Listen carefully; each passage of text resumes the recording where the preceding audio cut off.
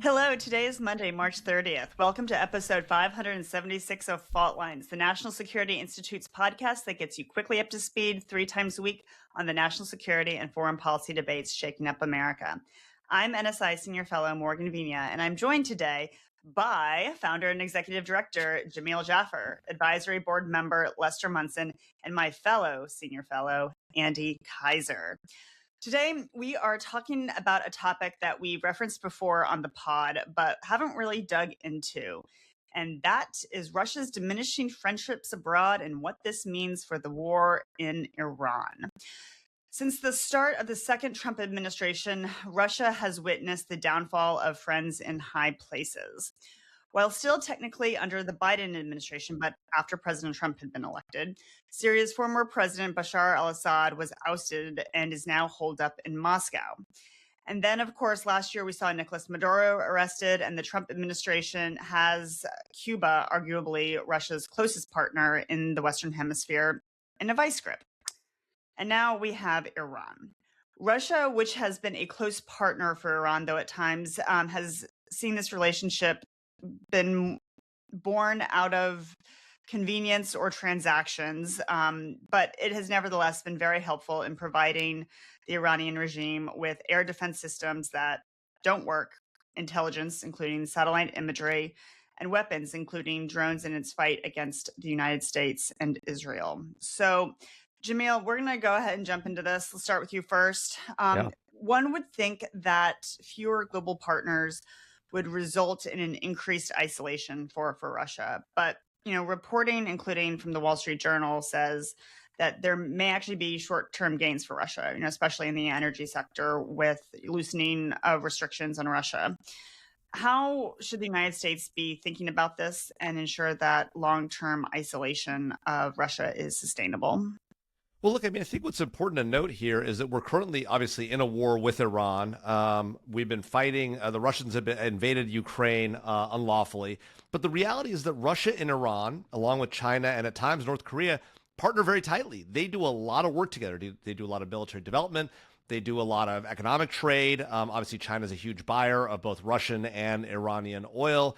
This is a joint relationship, and they are all four, Iran, China, Russia, North Korea, all American adversaries. And the sooner we sort of wake up to that reality that these adversaries are cooperating, working closely together, the better off we're going to be. Iran has provided Shahed drones to Russia in droves. They've taught them how to use them. They've built capabilities in Russia to build those drones for their own fight in Ukraine. Russia is now providing those drones back to Iran for its use in its fight against us to kill American soldiers. We've just heard recent reports from our allies in the UK and France, along with Ukraine, that Russia is providing satellite imagery to Iran to target American soldiers on the battlefield. They took pictures of American bases, Diego Garcia, the joint US-UK base, the Kuwait airport, a variety of other facilities that Iran has used to target and kill Americans. And so the sooner we wake up to the fact that Russia is not a good actor, China is not a good actor, that we have to treat them as an adversary, not as somebody we can cooperate with and collaborate with. President Trump, I think, has hopefully at this point now, a year and 3 months into his administration, realized that Russia will not end the war with Ukraine, no matter how many deals he offers them. They won't do it. They continue to kill civilians. And they're now killing American soldiers by providing Iran with capabilities. And so the situation is unacceptable. We should continue to provide weapons to Ukraine so they can kill Russians, just like Russians are killing Americans with Iranian proxies. And we should continue to push back on China and its relationship with Iran as well, if we're going to win this conflict with Iran. Got it. All right. So, Andy, during this war, the United States has suffered some losses here in the lives of those service members. We've lost can't be replaced, and undeniably it's the most devastating consequence of this war. The United States has also lost around 1.5 to 3 billion in some estimates in military equipment and weaponry. Some of these losses could have ties to Russia's support for Iran. How should the United States be thinking about this, and how should we be holding Moscow accountable? Well, clearly they're in this to disrupt American interests and secure their own, right? So they've lost a key toehold in the Middle East, as you mentioned earlier, Morgan, with the fall of the Assad regime in Syria. They lost their warm water port. They've lost their one of two key allies in the Western Hemisphere. So they're trying desperately to hold on to that ally. And of course, Vladimir Putin remembers well that we provided exquisite targeting information on Russian generals in Ukraine, inside of the Russian territory itself, to the Ukrainians. And they've remembered that and are using, that precedent sort of against us. Interestingly, to me, reports in the Wall Street Journal are that the Russians aren't the most trustworthy ally. This won't surprise any of us on this podcast. But they've already offered to exchange, to no longer provide the type of intelligence support Jamil was mentioning if we do the same in Ukraine. So they're already willing to throw their Iranian allies under the bus, that kind of last toehold they have in the Middle East. So, Les, I want to turn to Russia's war on Ukraine. Russia reportedly experienced crushing losses on the battlefield in March. And yet, in the last couple of weeks, we've seen Russia really ramp up its attacks, particularly in Kyiv.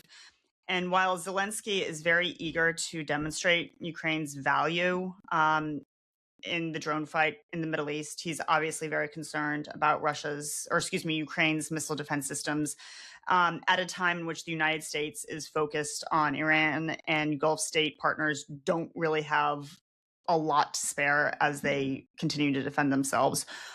What do you think the implications are for this war and how Russia is prosecuting it? You mean for the Ukraine war? Yeah. Well, I do think it's notable that we're 14 months into the second Trump administration, and Ukraine appears to be in a better strategic position vis-a-vis Russia than it was during the latter half of the Biden administration. So I think a lot of the kind of superficial analysis about the position of the Trump administration has been wrong. And that, in fact, we've been doing a lot behind the scenes to help the Ukrainians with their battle against Russia. I think in terms of what's happening in Iran, Russia has been exposed, to the extent anyone wasn't aware of this already, the mercurial nature of their friendships and alliances. They will not stand with their friends around the world. They're happy to morph into a different arrangement as it suits Moscow's interests. And to some extent, that's an opportunity for Russia. But we need to be pointing out every day, these guys are unreliable. They're terrible actors on the world stage. You make a deal with them, chances are you're going to get crushed. Look at the history. And frankly, in the long run, the actions taken by this administration, and I think we just need to be very plain about this, are terrifically bad for Russia. The effort in Venezuela, now the pressure on Cuba, the war on Iran are all terrible for Moscow's long-term interests. In this administration, in many ways, has been the worst thing for Vladimir Putin to come along in a very long time. So it kind of goes against conventional wisdom. And I'm not necessarily making a value judgment here. I just think we should speak plainly about the impact of U.S. actions on Russia's interests around the world. Right. So, Les, are you saying that maybe we're seeing, Russia may have short-term gains, but long-term, this is going to really be problematic for them, particularly as they look for other partners to buddy up to? Yes, exactly. Okay. Hold on, but hold on one second. So I think Les takes causation, correlation, and implies causation, right? The idea that the U.S. is going after Venezuela or Cuba or Iran because they're either Russian allies or Chinese allies, which you hear, by the way, a lot of people say, oh, well, this is all about China, this is all about Russia, except for everything else the administration is doing outwardly towards China and Russia, where they're trying to do a deal, where the president's trying to do a deal with President Xi. He's trying to give Russia as much as they can get in Ukraine, right? This idea is total bunk. The reason why we're going for Venezuela has nothing to do with Russia. Has to do with Venezuela. Has to do with American demand for energy and our hemisphere. The reason we're after Cuba is because Marco Rubio has wanted to go after Cuba for years. It's a problem 90 miles off our shore. That's why we're going after Cuba. The reason we're after Iran is they have nuclear weapons, and our friends the Israelis are being threatened by them, as are our other Gulf allies. This idea that it's about Russia or China is a joke. And I get it's nice. It's nice that we have this theory and it's all about, we impute to the Trump administration some long-term theory. I'd love if that were true. Nothing else suggests that other than your after-the-fact suggestions about it.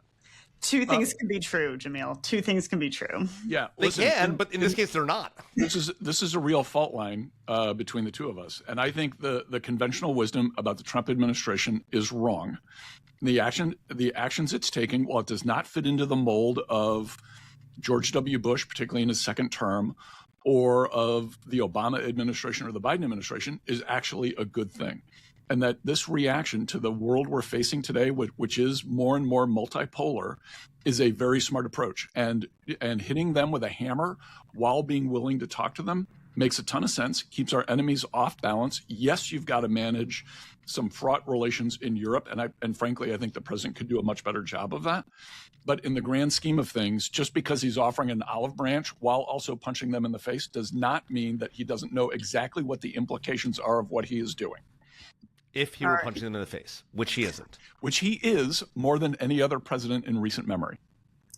That's a wrap. Thanks as always to Kelly Crowley, Grace Trice, Claude Jennings, and the NSI staff for their help in producing today's episode.